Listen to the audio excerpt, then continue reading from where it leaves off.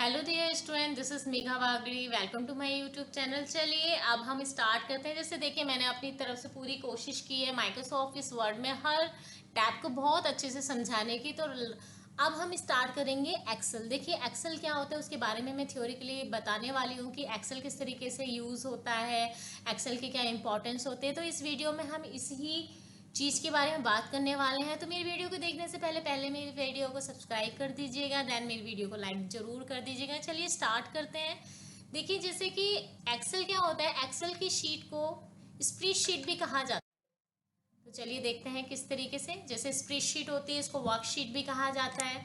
तो जो एक्सेल होता है, Excel is an electronic spreadsheet is use for analysing, sharing and managing information for accounting purpose, performing mathematically calculation, budgeting, billing etcetera. यानी जो Excel की sheet होती है उसको स्प्रेडशीट भी कहा जाता है, जिसमें हम डाटा को एनालाइज कर सकते हैं, इंफॉर्मेशन को मेंटेन कर सकते हैं। और इसमें जो कैलकुलेशन चलती है वो मैथमेटिकली ही चलती है। इसमें हम बजटिंग भी कर सकते हैं, हम बिलिंग भी कर सकते हैं और एक्सेट्रा और भी चीज़ें कर सकते हैं। Spreadsheet is a matrix of row and column similar than to accounting ledger. जो इसमें रो एंड कॉलम्स होते हैं वो अकाउंटिंग लेजर से बहुत काफ़ी हद तक मिलते हैं। जैसे उसमें भी डेबिट क्रेडिट होता है, इसमें भी इसी तरीके से होता है। जैसे कि रो जो होती है वो हॉरिजेंटली होती हैं और कॉलम जो होते हैं वो वर्टिकली होती हैं।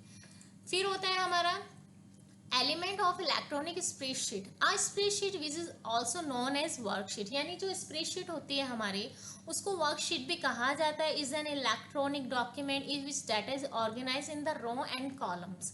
यानी इसमें जो डाटा ऑर्गेनाइज होता है वो रो एंड कॉलम्स में होता है।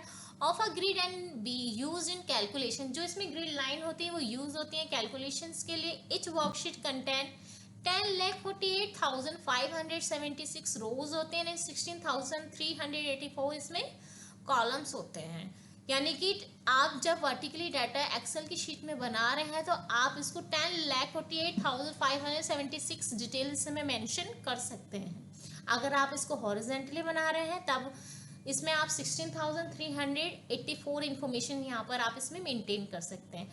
The intersection of each row and column is called cell. यानी रो एंड कॉलम के बीच का जो इंटरसेक्शन होता है इसको सेल कहा जाता है। It may hold number, formula, text, date and time etcetera. यानी किन चीज़ों को ये होल्ड करके रखता है, फॉर्मूला हो गया, नंबर हो गया, टैक्स हो गया, डेट हो गया, टाइम हो गया और extra. A formula is an equation that calculate the value to be display. यानी जो भी फॉर्मूला लगेगा वो एक इक्वेशंस की तरह लगता है, जिसमें जो हमारी वैल्यू होती है वो डिस्प्ले पे शो होती है। A formula when use in worksheet must begin and equal to. जब भी आप एक्सेल की शीट में फॉर्मूले का यूज करेंगे उसमें इज इक्वल टू आपका मेन होता है। Without is equal to you can't apply any formula in this sheet.